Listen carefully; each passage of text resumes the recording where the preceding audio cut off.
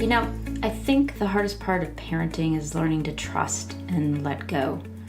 Or at least it has been one of the hardest lessons I've had to learn. And in this conversation I have with Lucy Hartman's mom, Teri Turner, she shares her heart as she lets go of her dream of her daughter Lucy getting a college degree.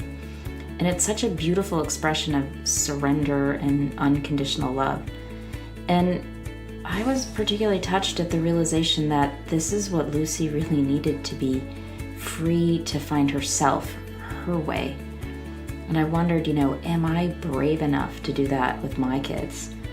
And if you listened in to last week's episode, you'll recall how she said she relaxed when Teri eventually agreed that it was time for Lucy to leave school.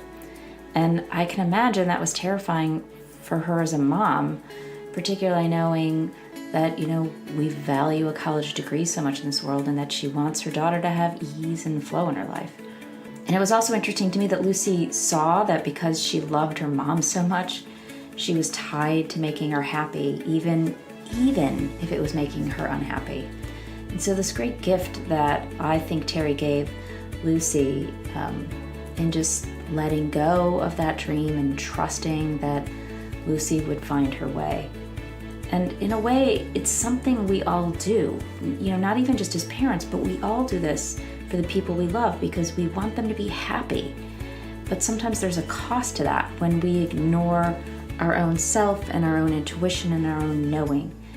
And I think as parents, it's really hard to know the difference between what our dream is for our kids and what we believe is best for them and what their dreams are. This begins, I think, the moment they're born or even before. But the great lesson in Teri's story is truly this idea of letting go, really, really letting go, and allowing our kids to pave their own path. And I know that this is so hard. So I hope you enjoy this conversation with Teri as much as I did. It's a really good reminder for us as parents. And for you students out there who choose to listen in, remember, we parents, we're just doing our best in every moment. We so want to see you be happy and successful and thriving. And we have ideas about the way that looks based on our own life experiences. And honestly, we may not want to always admit it, but we're learning right along with you. This is new territory for all of us. Welcome to University with life and leadership coach Anne-Marie Chiresso. In this collection of refreshingly honest conversations, students share their stories, struggles, and successes, and educational experts provide practical and valuable information on all things university. Discover how to live fearlessly and thrive in college and beyond.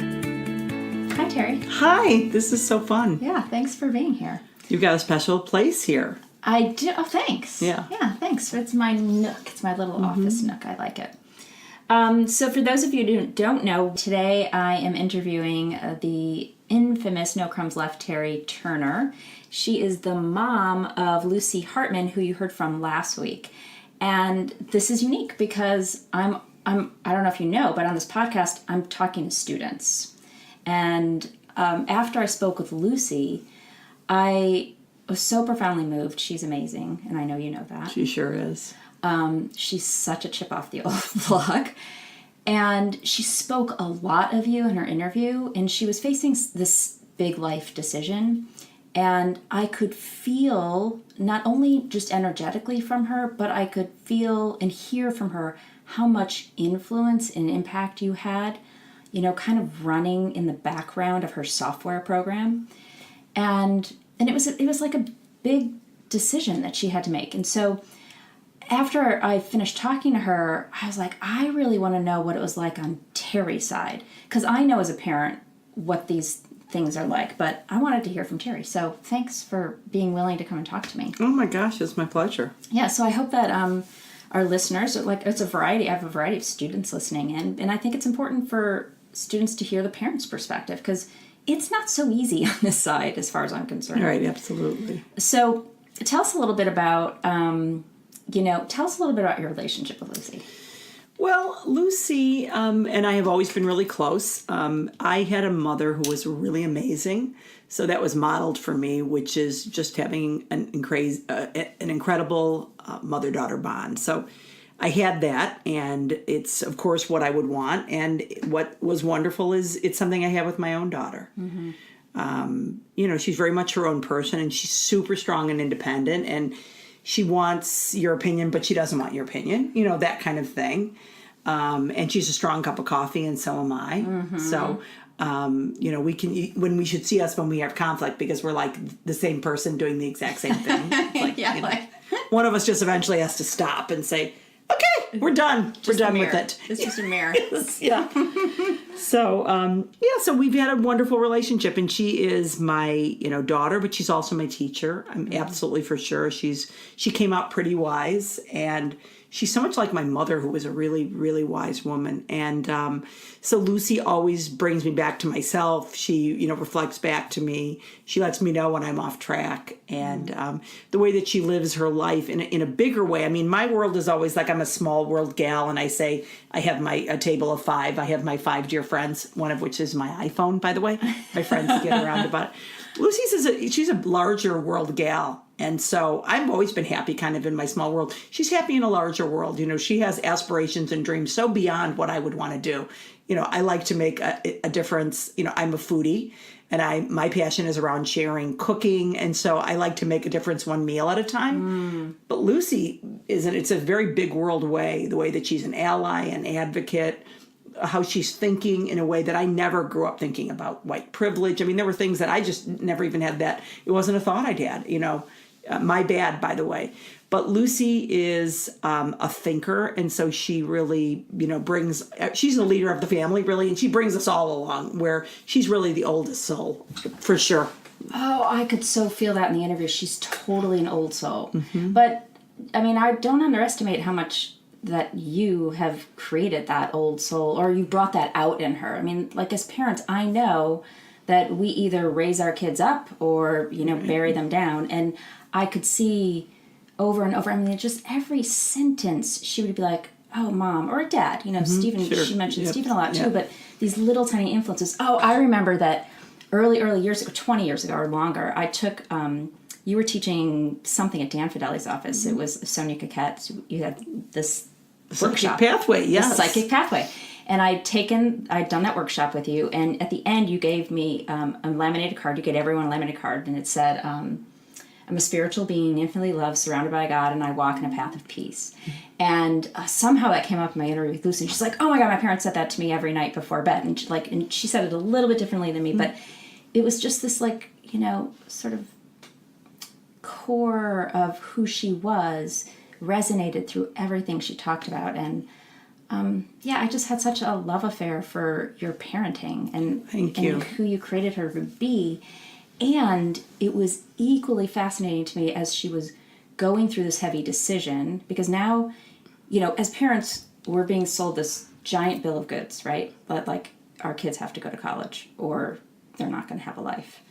And we, in my opinion, we are making our kids kind of crazy in this path to getting to college. We're spending hundreds of millions of dollars, getting tutors, sending them to the right schools, preparing them to get to college.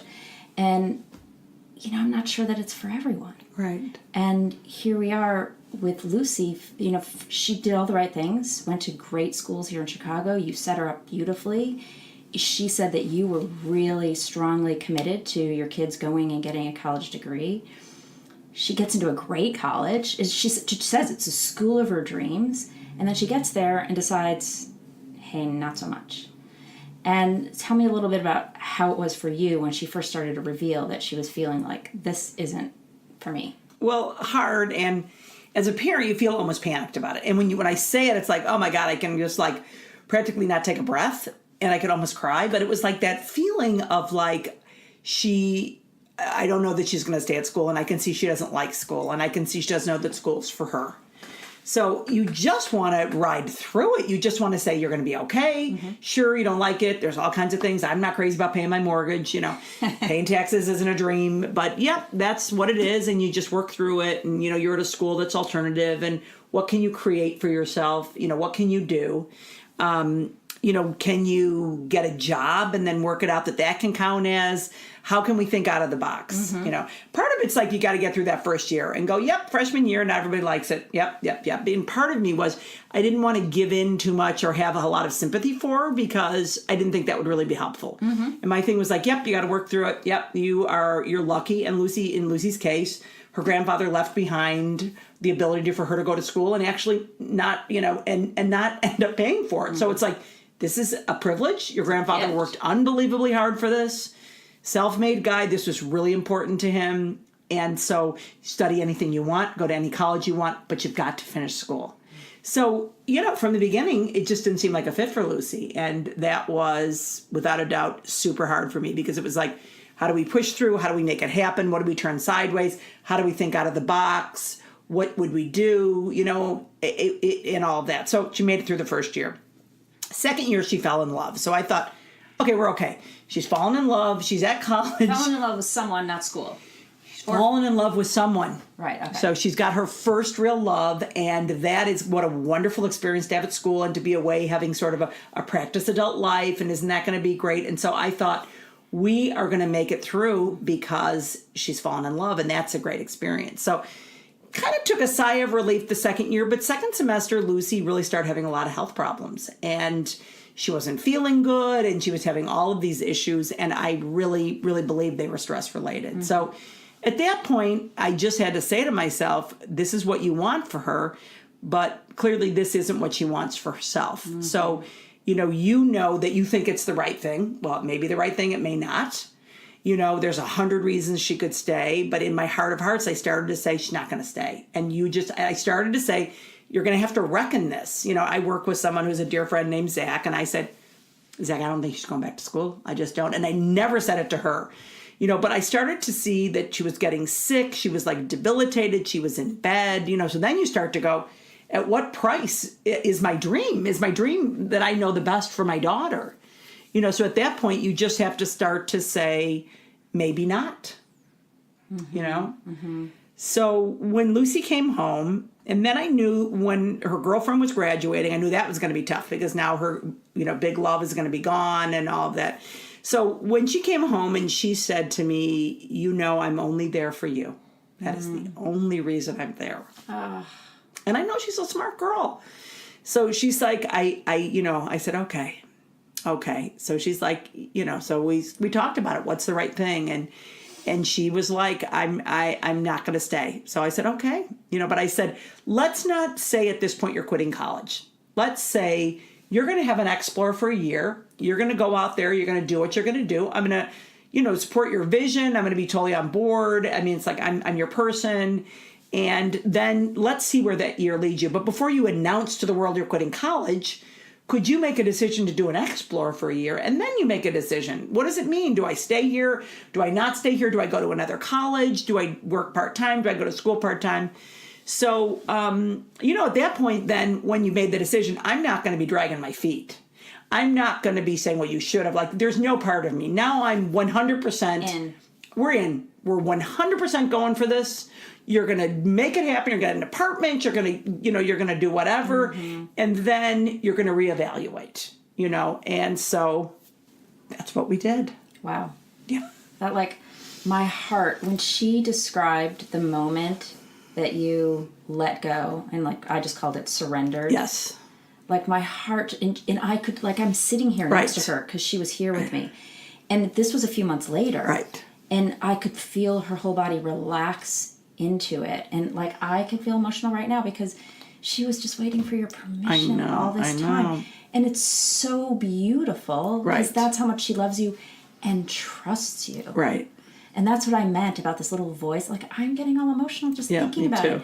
Because, this podcast is about being a conscious leader in our lives. And really we're talking to kids about being a conscious leader in your life. And what does that word mean? And it means really being aware of the influence. And as parents, I feel like we have such powerful, impactful influence on our kids.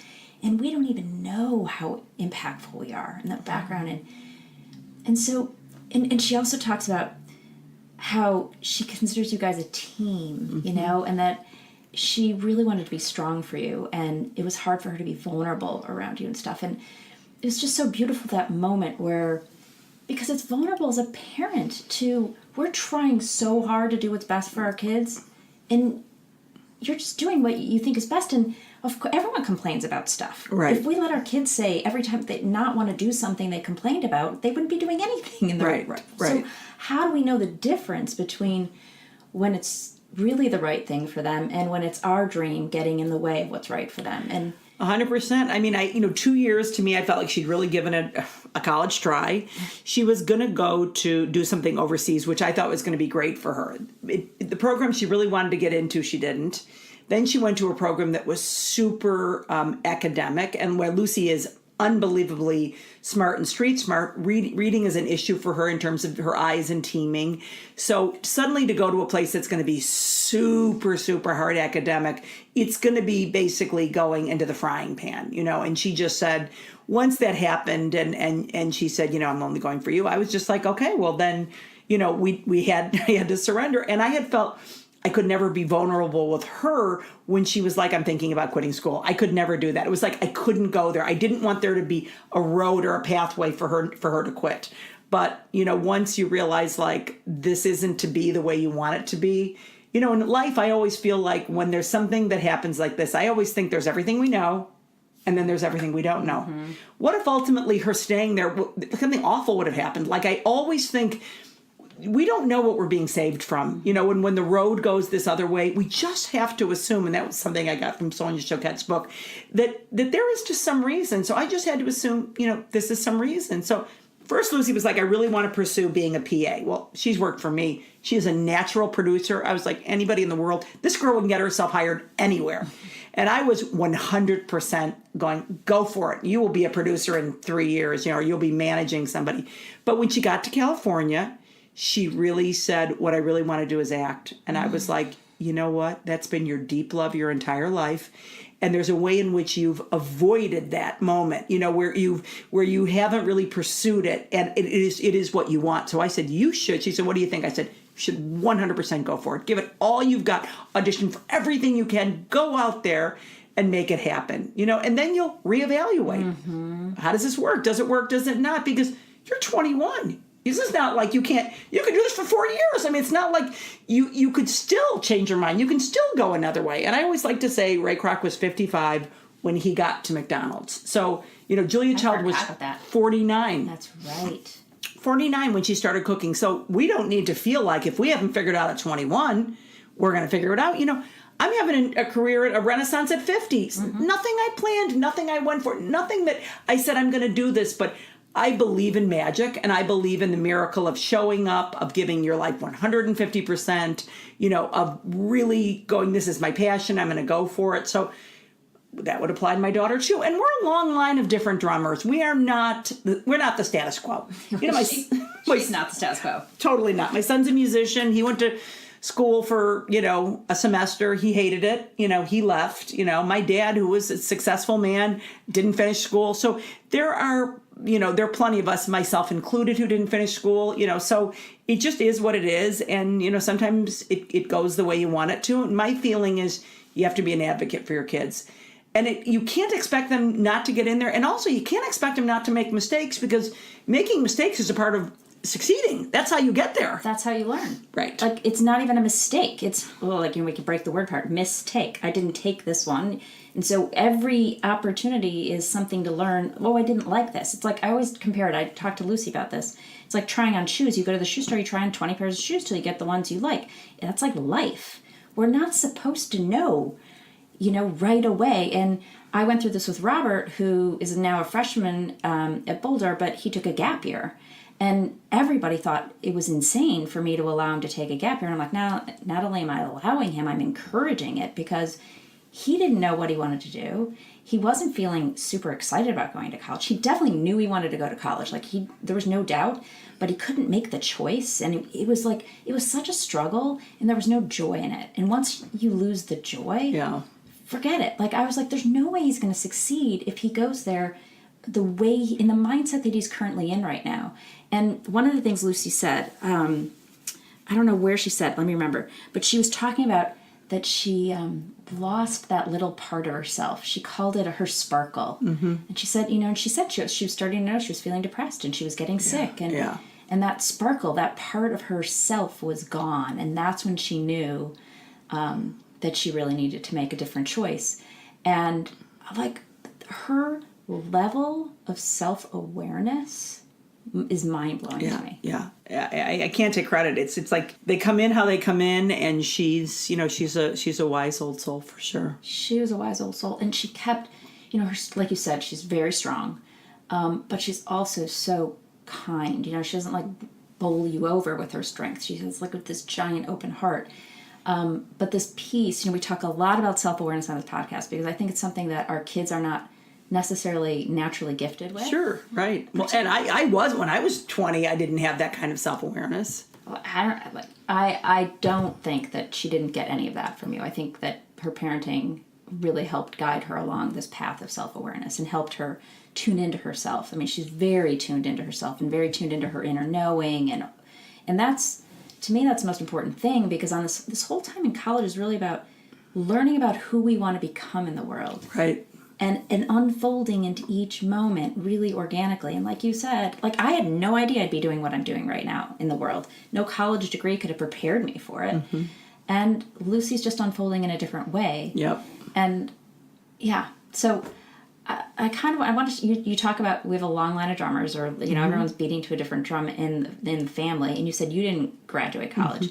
Do you think part of what do you think was the part of you that wanted Lucy to go to school so much, and Patrick? Well, first of all, I never went around announcing every day that I didn't finish school. So I was always careful to be a little guarding of that information with my kids because I knew it could bite me in the behind. So maybe they knew.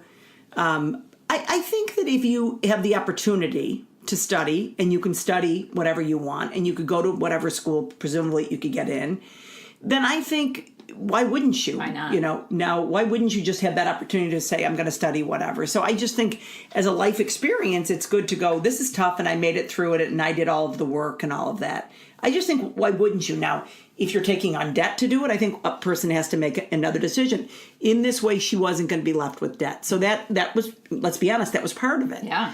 And I know that it was important to her grandfather, and I really wanted my kids to have that. So it was heartbreaking for me, literally heartbreaking as a parent.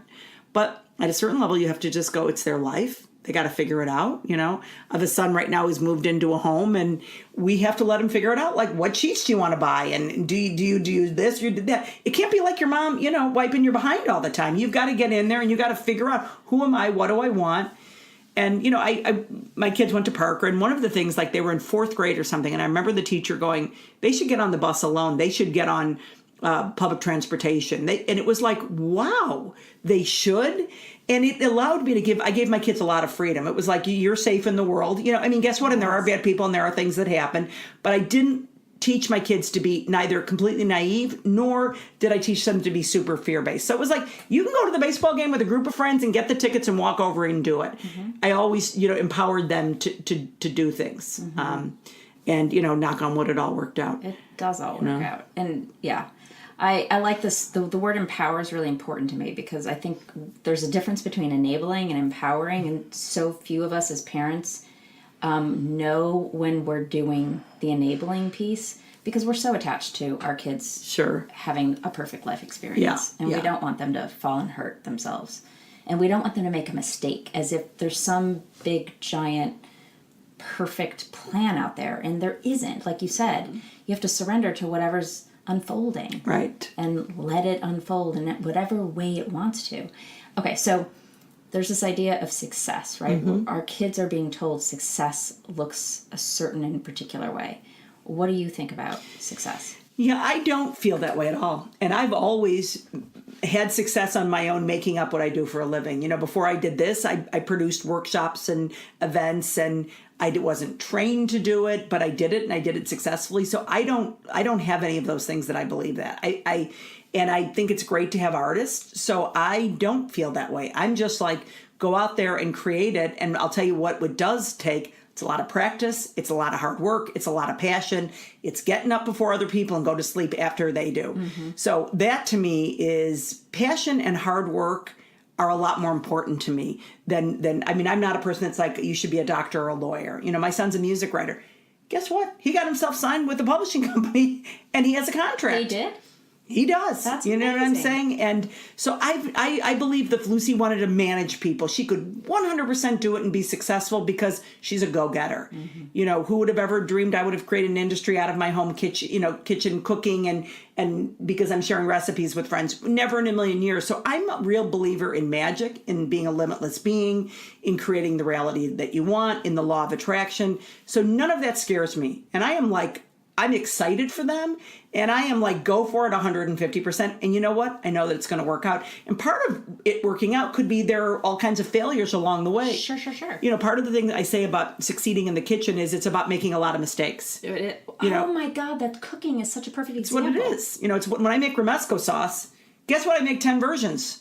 I look at other people's recipes, I make up my own, I weave in and out, and I come up with something that's fantastic. But it is like, what is the heart of a Romanesco? Where does it come from? What does it mean? And it's actually Romesco. Romanesco is the vegetable. That's the kind of thing I do all the time. So I think that too, and I'm excited for their journey. I mean, and for me, one of the hardest things as a parent is like when Patrick calls and he's like, oh, I'm down about this or this happened or whatever. It's so hard to just detach myself and say, yeah, you know, life's full of those moments. And you know that thing? It's going to happen 150 more times in your life, you know? Yep. That's just what life is, because we grow up kind of thinking life is perfect. And if you have parents like you and me and my parents, you know, we rearrange the world so our kids don't have a moment of discomfort. Which is crazy. You know, including calling the teacher to rearrange, to get the right teacher, the craziness. The craziness that goes on. And one of the things Lucy even talks about is how she's learned to be comfortable in discomfort. And it's one of the things she said she learned with the yoga mindset. I love that. And I loved that she said that. And I'm like, that is such a beautiful gift. And I'm teaching that all the time on this podcast because I don't think our kids nowadays, many of our kids, it's not true of everyone. I don't want to generalize everyone all the time. But there is sort of a subset of our kids that are not learning to be resilient because we don't know how to teach them to be uncomfortable with discomfort because we can't be uncomfortable with them being uncomfortable. 100%. I'm guilty as charged. And you know, it's delightful for me that my kids are out of the house because it's like I'm in a new phase of parenting, and it's like, some of that I can look back with wisdom now and go, that didn't really work, bringing the lunch to school every day if they forget it and being the helicopter mom, you know. I know, but in the moment you're like, oh, this is just easier. Yes. Like, you know, you just want to, and I have to bite my tongue every time when, you know, my daughter's crying or Robert's calling me for money and at the last minute he needs something or he's not going to get what he wants, or it's like, it's so hard to say no. And I know that pull in me that doesn't want them to feel disappointed. Yeah. And then I know how much I'm damaging them when I don't let them have that experience. Yes. Yeah. But it's really hard. And now Lucy's signed up for what could be a more difficult path. Although what I think is interesting is we have this illusion that not going to college, or maybe she's just taking a side track, who knows, is more difficult. But we don't actually, like you said earlier, we don't actually know. We don't know. We don't really know. And she is a hard worker. I could see how much she's willing to put in the work. She's not resting on her laurels by any means whatsoever. Right. Deep breath. Like, Yes. There was one thing you said to her that I took a note, and I'm trying to find what you said to her. She said that you said to her,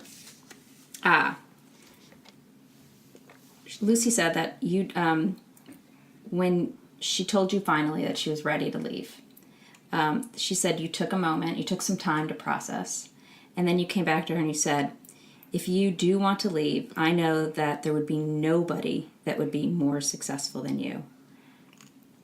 Like, that was such a gift. Yeah. Well, it's so funny because it's like we've never even talked about it. So it's so sweet that that's the way she took it in. And yeah, I believe in her. I mean, I believe in her. My parents really believed in me. It's the biggest gift in the world to believe in your kids, to really believe in them and to know that they can do it.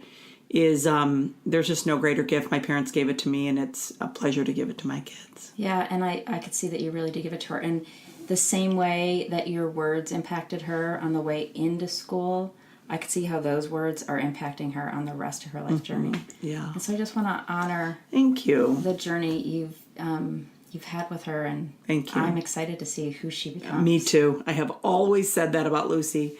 We cannot wait to see where this journey takes you, and I can't wait. It's so fun to watch from the sidelines. It is. And this kind of parenting, it's different now because it's like, when they're little, it's all like you burrow inward in their life, and you're doing and making every meal and making every snack, and then your job is to let go. And I mean, so that you're not their everything, so that they go and they have their friends and they have their life and they figure it out. And we're very close. And I just recently went and saw her, and we had 2 nights at her house and 2 nights at my son's house.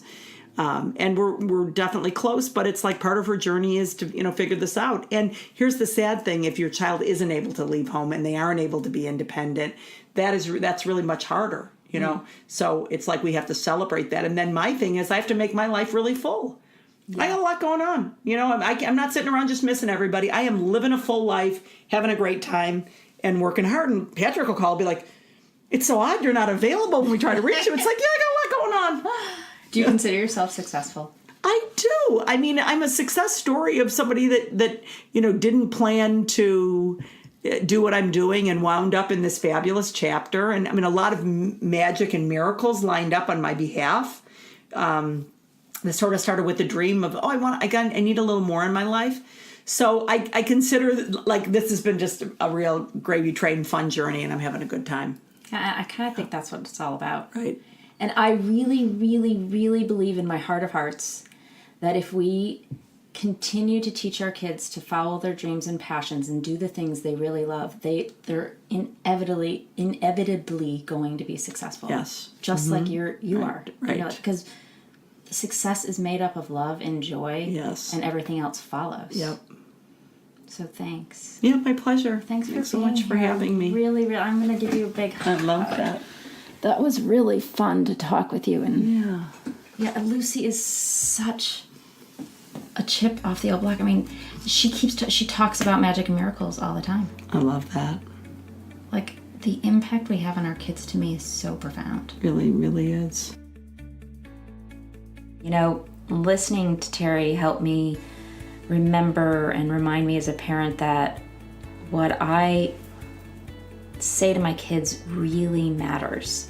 It has an impact. It resonates with them on some level, and the things that we say, positive and or negative, they live within our kids, sometimes for years to come. And I know that I can think back to things that my parents said to me, consciously or unconsciously, not necessarily well or ill intended, but things that they said that had an impression on me. They matter. And so it's my job as a parent to get crystal clear about my own agenda and how that has the potential to support my kids in finding their authentic path or getting in their way. So this big idea of letting go, of trusting and surrendering, it's really what it means to be a conscious parent and truly the key to success in my mind. And I'm remembering it's just not always that easy. So I, for one, got a sweet reminder of the power of surrender, letting go, and trusting this parenting journey that we're on with each one of our kids, who's such a great gift to us in our learning, in our journey.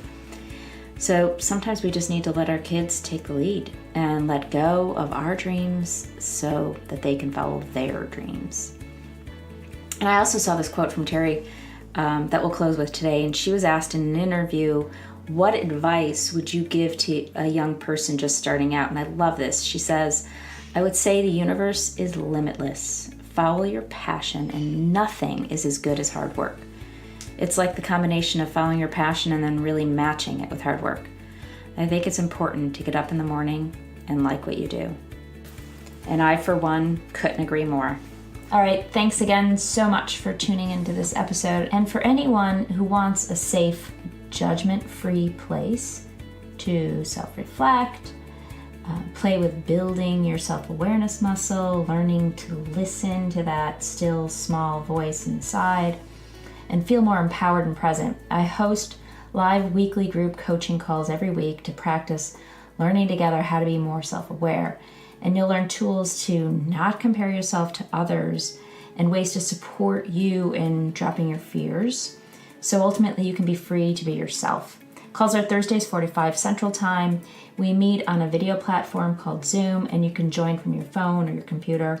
You can drop in any time, and your first time is free. So for more information, click the link below or reach out to me at annemarie@bringithome.me.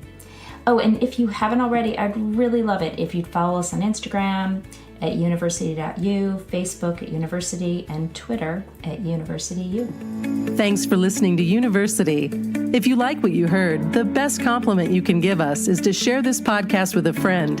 And be sure to leave us some stars and a favorable review at iTunes.